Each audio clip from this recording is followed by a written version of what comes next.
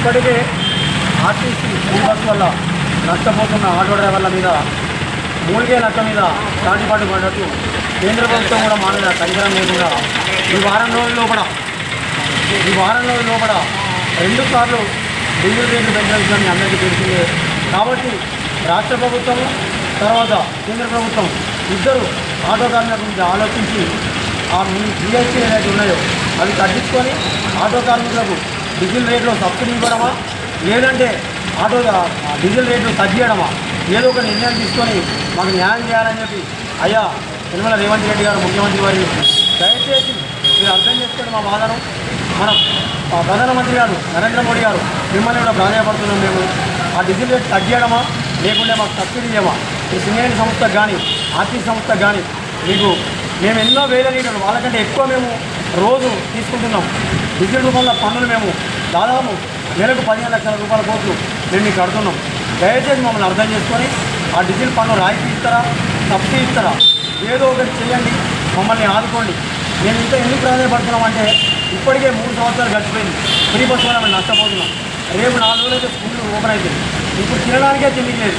పిల్లలకు school fee కట్టాలన్నా వాళ్ళకి యూనిఫామ్ కొట్టాలన్నా మన దగ్గర డబ్బులు లేదు. ఈరోజు ఈ వారంలో 2 సార్లు డీజిల్ రేట్లు పెంచితే మా బస్సు ఏం కావాలి? ఒక్కసారి ఆలోచించండి. ఆలోచించి నిత్యావసర వస్తువులు చూసుకుంటే 110 రూపాయల ఆయిల్ ప్యాకెట్ ఈరోజు 180 రూపాయలు అయింది. గ్యాస్ సిలిండర్ మీరు 1100 1000 రూపాయలు చెప్తారు. ఇక్కడ బ్లాక్ దందా నడుస్తుంది. 1400 తప్ప గ్యాస్ సిలిండర్ మాకు ఎవరిస్తారు? తప్పుగా అనుకోకండి. ఎవరి బతుకులు వాళ్ళు బతకడం కోసం వాళ్ళు బ్లాక్ దందా చేసుకుని మేము వాళ్ళు తప్పు పట్టట్లేదు. అంటే మా పరిస్థితి ఏంటంటే 1400 పెట్టి గ్యాస్ సిలిండర్ కొనలేక ఆటోలు నడుపుకోలేక మొన్న హైదరాబాద్లో గ్యాస్ దొరుకుతుంది అని చెప్పి ఆటో డ్రైవర్ ఆత్మహత్య చేస్తున్నారు. ఫ్రీ బస్ వల్ల 200 మంది ఆటో డ్రైవర్లు ఆత్మహత్య చేస్తున్నారు. ఇప్పటికి కూడా మా గోడు మీకు అర్థం కాకపోతే ఎట్లా? అయ్యా దొరలు వాళ్ళొకసారి అర్థం చేసుకొని మా పేద ఆటో కార్మికులుగా కనికరం చూపించండి. మీరు ఇస్తున్న సంక్షేమ ఒవ్వరు సంగతి తర్వాత దేవుడు ఈ డీజిల్ రేట్ల గురించి ఆలోచించండి. మాకు సబ్సిడీ ఇస్తారా లేదా సంక్షేమ కూడా ఏర్పాటు చేస్తారా? ఏదో ఒకటి చేయండి. మరొకసారి మేము బీఆర్టీయూ భారత రాష్ట్ర ఆటో యూనియన్ నుంచి మిమ్మల్ని మేము ప్రాధాన్యపడుతున్నాము.